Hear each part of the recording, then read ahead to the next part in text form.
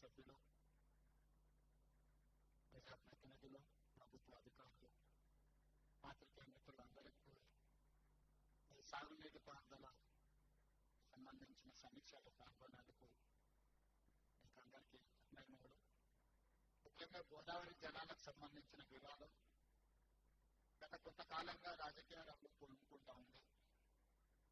ఈ నేపథ్యంలో నేను స్పష్టంగా సూచన చేయదలుచుకున్నా,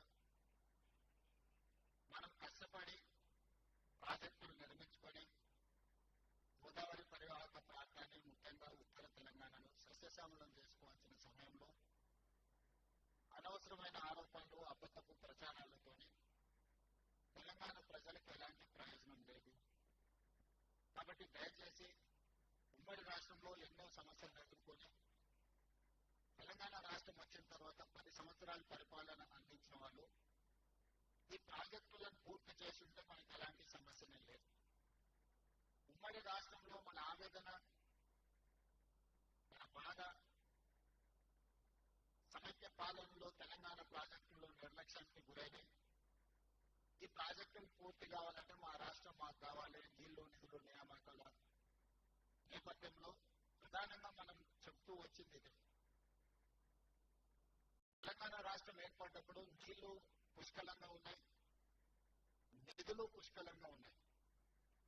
చిత్తశుద్ధితోని ప్రాజెక్టులను పూర్తి చేసి ఉంటే ప్రాణహిత చెగన్న కావచ్చు, శ్రీపాద ఎల్లంపల్లి కావచ్చు, దీనికి సంబంధించిన దేవాదుల కావచ్చు, ఎస్ఆర్ఎస్పీ స్టేజ్ 3 కావచ్చు, ఎన్నో రకాల ప్రాజెక్టులు, గోదావరి నదీ జలాలకు సంబంధించిన ప్రాజెక్టులను మనము ఈ 10 సంవత్సరాలలో పూర్తి చేసుకొని 967 టీఎంసీలను మనము వినియోగంలోకి తెచ్చుకొని ఉంటే ఈనాడు వరద జలాల మీద కూడా మనం వాటా అడిగి వరద జలాలకు కూడా అవసరం అనుకుంటే దక్షిణ తెలంగాణకు సంబంధించి కృష్ణా పరివాహక ప్రాంతానికి కూడా గోదావరి జలాలను తరలించడానికి అవకాశం ఉండేది. కానీ పుష్కలంగా నిధులు అందుబాటులో ఉన్నప్పుడు కూడా ఆలోచన విధానంలో ఉన్న లోపాల వల్ల కేవలం గోదావరి పరివాహక ప్రాంతం మీదనే, గోదావరి నది మీదనే కాళేశ్వరం ప్రాజెక్టుకే 1,02,000 కోట్ల రూపాయలు ఖర్చు అయినాయి. కానీ ఏ ఒక్క ప్రాజెక్టు పూర్తి కాలేదు. ఈ పరివాహక ప్రాంతంలో ఉన్న ఏ ప్రాజెక్టు మీద ఇప్పుడు ఈ రోజు మనం దేవాదులకు సంబంధించిన ఆనాడు 2001లో చంద్రబాబు నాయుడు గారు మొదలుపెట్టిందంటే వేదిక మీద పెద్దలు కళ్యాణ్ శ్రీహరి గారు ఉన్నారు. ఈ వేదిక మీద ఉన్న దాంట్లో ఎవరైనా 2001 నుంచి 2026 వరకు ప్రజా జీవితంలో ఉండి ముఖ్యంగా సాగునీటి ప్రాజెక్టుల మీద సంపూర్ణమైన అవగాహన ఉన్న వ్యక్తులు ఎవరైనా ఉన్నారంటే కళ్యాణ్ శ్రీహరి గారు ఉన్నారు. ఆ రోజు నుంచి ఈ రోజు వరకు ప్రాజెక్టులు కొనసాగుతూనే ఉన్నాయి. ఉమ్మడి రాష్ట్రంలో కొన్ని సమస్యలు, ప్రత్యేక తెలంగాణ వచ్చిన తర్వాత ఇంకొన్ని సమస్యలు. ఈ రోజు చివరికి పూర్తి చేద్దామని చిత్తశుద్ధితో పనిచేస్తే నిధుల కొరతకు వచ్చింది. భూసేకరణ కూడా ఈ రోజు నిధులు ఇవ్వడానికి వెతుక్కునే పరిస్థితి వచ్చింది. ఎందుకంటే 8,11,000 కోట్ల రూపాయల అప్పుల భారం తెలంగాణ రాష్ట్రం మీద ఉండడం వల్ల ఈ రోజు సాగునీటి ప్రాజెక్టులు 70%, 80% పూర్తయినా 20-30% పూర్తి చేసుకోవడానికి అవసరమైన నిధులు విడుదల చేయాలంటే నిధుల కొరత ఉన్నది. అందుకే ఈ రోజు ఇక్కడికి వచ్చి ప్రాజెక్టులు సమీక్షించి రాబోయే 2 ఏళ్ల ఎట్టి పరిస్థితుల ఈ ప్రాజెక్టులను అన్నింటినీ పూర్తి చెయ్యాలని చిత్తశుద్ధితోనే ఈ రోజు ఇక్కడికి రావడం జరిగింది. అధికారుల్లో చైతన్యము, ప్రజలకు ఒక విశ్వాసం కల్పించడానికి మంత్రులందరం కలిసి ఇక్కడికి వచ్చి సమీక్ష చేసినాం. దీనికి సంబంధించిన భూసేకరణ కావచ్చు, నిర్మాణానికి కావచ్చు, మెయింటెనెన్స్ కావచ్చు, అవసరమైన అన్ని నిధులను కూడా సత్వరమే విడుదల చేయడానికి ప్రభుత్వం నిర్ణయం తీసుకుంటుంది. 2001లో 6,000 కోట్ల రూపాయల అంచనాతో మొదలై 13,500 కోట్ల రూపాయలకు సవరించిన అంచనాలు వచ్చి ఈ రోజు 14,500 కోట్ల రూపాయలు ఖర్చు పెట్టినా ఇప్పుడు అధికారులు చెప్తున్నారు 18,500 కోట్ల రూపాయలకి అంచనాలు పెంచితే తప్ప ఈ ప్రాజెక్టులు పూర్తి కావు అని అంటున్నారు. 2001లో 6,000 కోట్లతో ప్రయాణం మొదలైతే ఈ రోజు 18,500 కోట్లకి ప్రాజెక్టుల అంచనా విలువలు పెరిగినాయి. ఇకనైనా ఇక్కడ పులి స్టాప్ పెట్టాలి. దీనికి సంబంధించిన కంప్లీట్ ప్రాజెక్టును పూర్తి చేయడానికి అవసరమైన అంచనాలు అన్నింటినీ కూడా సవరించుకొని తీసుకొని వచ్చి మంత్రివర్గంలో ఆమోదింపజేసుకొని పనులను వేగవంతం చేసి ప్రాజెక్టును పూర్తి చేయండి అని చెప్పి ఈ వేదిక మీద నుంచి స్పష్టంగా అధికారులకు ఆదేశాలు ఇవ్వడం జరిగింది. స్థూలంగా నేను ఒకే మాట చెప్పదలుచుకున్నాను. మహారాష్ట్ర సరిహద్దుల్లో ఉన్న తుమ్మిడిహెట్టి నుంచి భద్రాచలం వరకు గోదావరి జలాల పరివాహక ప్రాంతంలో ఉన్న అన్ని ప్రాజెక్టులు, నేను ఈ ప్రాజెక్టు ఆ ప్రాజెక్టు ఒక్కొక్కటి నేను పేరు తీసుకొని చెప్పదలుచుకోలేను. అన్ని ప్రాజెక్టుల మీద పూర్తి స్థాయి సమీక్ష చేసి ఎట్లయినా సరే ఈ ప్రాజెక్టులను పూర్తి చేసుకోవడానికి ప్రయత్నం చేస్తాము. ఈ రోజు కాళేశ్వరం మహా అద్భుతమని చూపించిన 2 సంవత్సరాలు మేము వచ్చినప్పటి నుంచి కాళేశ్వరం నుంచి చుక్క నీరు కూడా ఎత్తిపోయకపోయినా భారతదేశంలోనే అత్యధికంగా వరి ఉత్పత్తి చేసిన రాష్ట్రంగా ఈ 2 సంవత్సరాలు 4 పంటలు మనమే మొదటి స్థానంలో ఉన్నాం. గతంలో కల్పించిన భ్రమలన్నీ కూడా ఈ భ్రమలే అన్న సంగతి ఈ రోజు ప్రజలకు అర్థం కావాలి. సరే, ఏ ఉద్దేశంతో ఏ ఆలోచనతో వాళ్ళు మేడిగడ్డ అన్నారం శుద్ధిలో కట్టిందో, ఆ పంపోజులు కట్టిందో, ఆ లిఫ్టులు పెట్టిందో, ఆ నీళ్ళు ఎక్కడికి పోయినా నిధులు ఎక్కడికి పోయినా నేను విమర్శ చేయదలుచుకోలేదు. గోదావరి జలాలే కాదు, కృష్ణానది జలాల మీద కూడా చాలా రకమైన అపోహలు కల్పిస్తూ పక్క రాష్ట్రానికి తరలించడానికి మేమే మంగళహారతి కడుతున్నామంటూ ఆరోపణలు చేస్తే కృష్ణానది జలాల మీద పూర్తి స్థాయి చర్చ శాసనసభలోనే తీసుకున్నాము. పబ్లిక్ మీటింగులు పెట్టి వేదికల మీద ఊకదంపుడు ఉపన్యాసాలు వద్దు.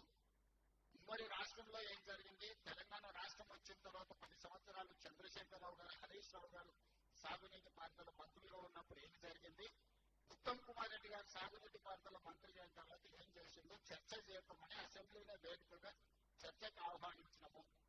కృష్ణానదికి సంబంధించిన సంపూర్ణమైన చర్చ మొన్న జరిగిన శాసనసభలో చర్చ పెట్టినాం, సమాధానం చెప్పినాం, వివరణ కూడా ఇచ్చినాం ప్రజలకు.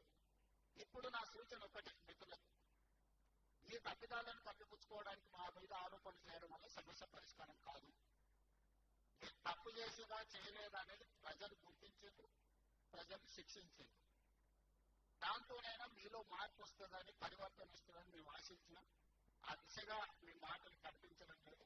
ఏదేమైనా నేను మిత్రులకు సూచన చేస్తున్నాను, గోదావరి నదీ జలాలకు సంబంధించిన వివాదాల మీద కూడా శాసనసభలో చర్చ చేద్దాము. ముఖాముఖి కూర్చొని మీ అనుభవం 5 సంవత్సరాలు హరీష్ రావు గారు, 5 సంవత్సరాలు చంద్రశేఖరరావు గారు సాగునీటి పారుదల శాఖ మంత్రులుగా పనిచేశారు. 10 సంవత్సరాలు వాళ్ళిద్దరే శాఖను నిర్వహించారు. ఉత్తమ్ కుమార్ రెడ్డి గారు 2 సంవత్సరాలే నిర్వహించి 10 సంవత్సరాల మీ అనుభవంతో మీరు సాధించిన విజయాలేంటి, మీరు మాకు అప్పచెప్పిన వారసత్వం ఏంటి, మాకు అప్పచెప్పిన వారసత్వంలో మేము పాల్పడిన తప్పిదాలేంటి, మీరు విషయాన్ని విపులీకరించి సభలో చెప్పండి. ఒకవేళ మేము ఏదైనా సవరించుకునేదంటే సవరించుకోవడానికి మాకు ఎలాంటి అభ్యంతరం లేదు. మేము మేధావులం కాదు, 80,000 పుస్తకాలు చదవలేదు, లేకపోతే మేము ప్రపంచ జ్ఞానులం అని కూడా మేము చెప్పడం లేదు. మేము మనుషులము, మేము చదివి తెలుసుకుంటాం, మేము అడిగి తెలుసుకుంటాం, మేము సూచన చేస్తే తీసుకుంటాం. మేము పరిపూర్ణమైన జ్ఞానం ఉన్నాం, మేము జ్ఞానవంతులమని నేను కానీ మా మంత్రి గారు కానీ చెప్పడం లేదు. మీ అనుభవం 10 సంవత్సరాలు, మా అనుభవం 2 సంవత్సరాలు. మీరు 10 సంవత్సరాల అనుభవంతో మాకు సూచన చేయండి. 2 సంవత్సరాల అనుభవంతో మేము ఆ సూచనలు తీసుకొని ప్రాజెక్టులను పూర్తి చేస్తాము. మూడవది, పక్క రాష్ట్రానికి నీళ్లు తరలించుకెళ్లడానికి ఈ ప్రభుత్వమే సహకరిస్తుందన్నట్టుగా ఆరోపణ చేస్తాం. నేను మీడియా మిత్రులను ఇక్కడ ఉన్న వాళ్ళని అడుగుతున్నా, ఎవరైనా ప్రజా జీవితంలో తెలంగాణ ప్రజల ఓట్లతో ఎన్నికైనా ఎవరైనా అయి ఉండొచ్చు. ఆంధ్రప్రదేశ్ నుంచి వలస వచ్చి ఇక్కడ సెటిల్ అయిన వ్యక్తి కూడా ఇక్కడ ఎన్నికల్లో పోటీ చేసి ఇక్కడ ప్రజాప్రతినిధి ఉంటే ఆంధ్రప్రదేశ్కి ఎవరైనా సహకరిస్తారా? ఈ ఆరోపణ అత్యకన్నా ఉండాలి కదా. ఇతరులు తరలించుకోవడానికి మీరు సహకరిస్తారు, మీరే వాళ్లకు నీళ్ళన్నీ వదులుతుండ్రు అని ఇట్లాంటి చౌకబారు ఆరోపణలతో ఏమీ ప్రయోజనం లేదు. నేను సూచన చేస్తున్నా చంద్రశేఖరరావు గారికి, హరీష్ రావు గారికి, దయచేసి చౌకబారు విమర్శల వల్ల తెలంగాణ గౌరవాన్ని దెబ్బతీయకండి. ఈ ప్రభుత్వానికి ఎలాంటి మెసేజాలు లేవు. ప్రతిపక్షం సూచన చేస్తే ఆ సూచనలని నిజంగా అందులో ఏమైనా విషయం ఉంటే వాటిని స్వీకరిస్తాము. మేము చేస్తున్న పనులలో ఇంకా కొంచెం మెరుగ్గా చేయడానికి మీరు ఏం సలహా చెప్తారో చెప్పండి.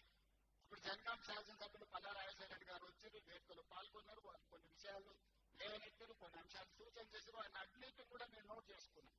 నేను అధికారులకు కూడా ఆదేశాలు ఇచ్చిన. మరి ఎన్నికలు వచ్చినప్పుడు ఎన్నికలు చేసుకుంటే ఎన్నికలలో సరే తూకిత్తా మైకిత్తా అనేది మీరంటారు, మేమంటాం, అన్న తర్వాత ప్రజలు తీర్పిస్తారు. పార్లమెంట్ ఎన్నికల్లో తీర్పిచ్చారు, అంతకంటే ముందు శాసనసభ ఎన్నికల్లో తీర్పిచ్చారు, సర్పంచ్ ఎన్నికల్లో తీర్పిచ్చారు. కాదు కూడదు రెఫరెండం అని జూబ్లీస్ ఎన్నికలంటే శ్రీనివాస్ రెడ్డి గారు, ఉత్తమ్ కుమార్ రెడ్డి గారు జూబ్లీస్ రెఫరెండం స్వీకరించారు. నిన్న కాక మన జరిగిన మున్సిపల్ ఎన్నికలు కూడా చూసిండ్రు. దీన్ని బట్టైనా మీ ఆలోచనలో మార్పు రావాలని నేను కోరుకుంటున్నాను. ప్రతిసారి ప్రజలదే తప్పు, మాకు ఓటు వేయకపోవడం అనే ఒక భావనలో భ్రమలో ఉండడం అది మీకే నష్టం కలిగిస్తుంది.